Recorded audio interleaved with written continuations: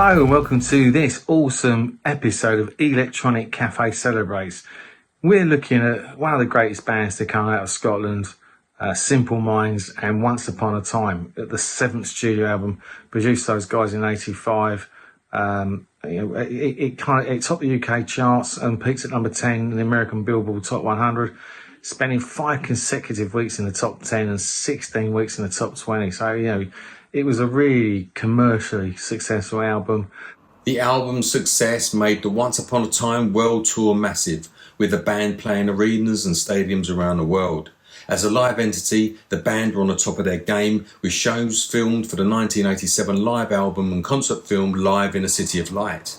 I think with this particular album, it paired the group with producer Jimmy Levine, who worked with artists, with a bit more aggressive rock-based sound, including Springsteen, Stevie Nicks, and he kind of tried to bring that approach to the band, and he really pushed Jim Kerr to deliver more energetic vocals. You can hear it in that album. Preceding the album, the band recorded the song Don't You Forget About Me, written by Keith Forsey for the film The Breakfast Club, which broke the band in America, leading them to play the US leg of Live Aid in Philadelphia in 1985.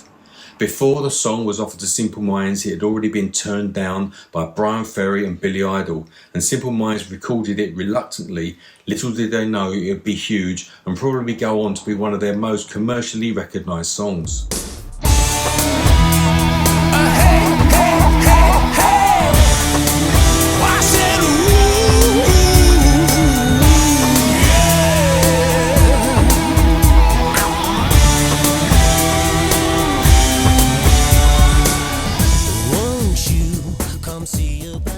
Listen, they were already successful in their native UK and abroad. Simple Minds had also recently become popular in the US because of Don't You Forget About Me. However, Kerr and the band had recorded the song reluctantly and didn't feel it was worthy of an inclusion on the album. I think you might have wanted. I'm glad you didn't think too much about that one, guys. At the time of recording this episode, Simple Minds has just released the 40th anniversary expanded version of the Once Upon a Time album, and it now includes the brilliant single Don't You Forget About Me. Will you recognize me? Call my name or walk on by. Rain keeps falling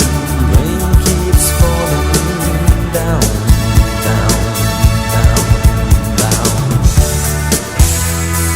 Hey, hey, hey, hey.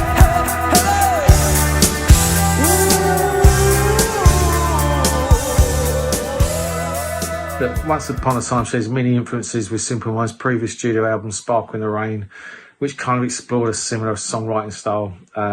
It was the first album, sadly, without founding member and bassist Derek Forbes, who left the band after recording that Don't You Forget About Me. But he'd later rejoined the band in '89 for the album Neapolis, easy for me to say. The album contained 4 hit singles: Sanctify Yourself, All the Things She Said, Ghost Dancing, and of course, let's not forget, Alive and Kicking. The album expanded the band's sound with gospel-influenced backing vocals, giving it a more soulful edge than previous albums. Is it Simple Minds' greatest album? No. Is it worth celebrating? Yes.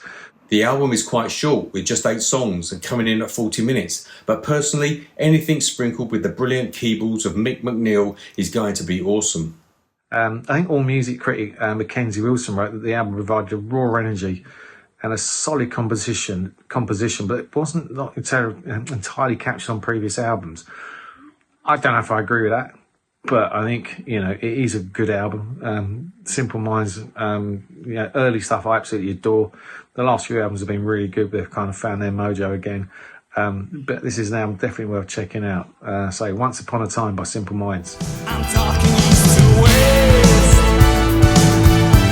Well, I'm talking